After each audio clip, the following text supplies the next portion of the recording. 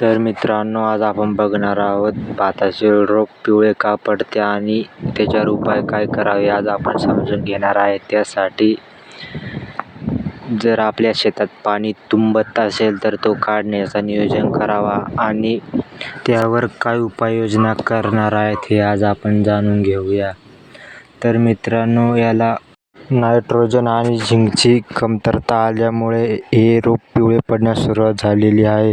तर तुम्ही यात नायट्रोजन आणि झिंक यांचा मिक्सचर करून रोपाला टाकावे, जेणेकरून रोप हे हिरवे पडण्यास सुरुवात होईल आणि झाडाची वाढ होण्यास सुरुवात होईल.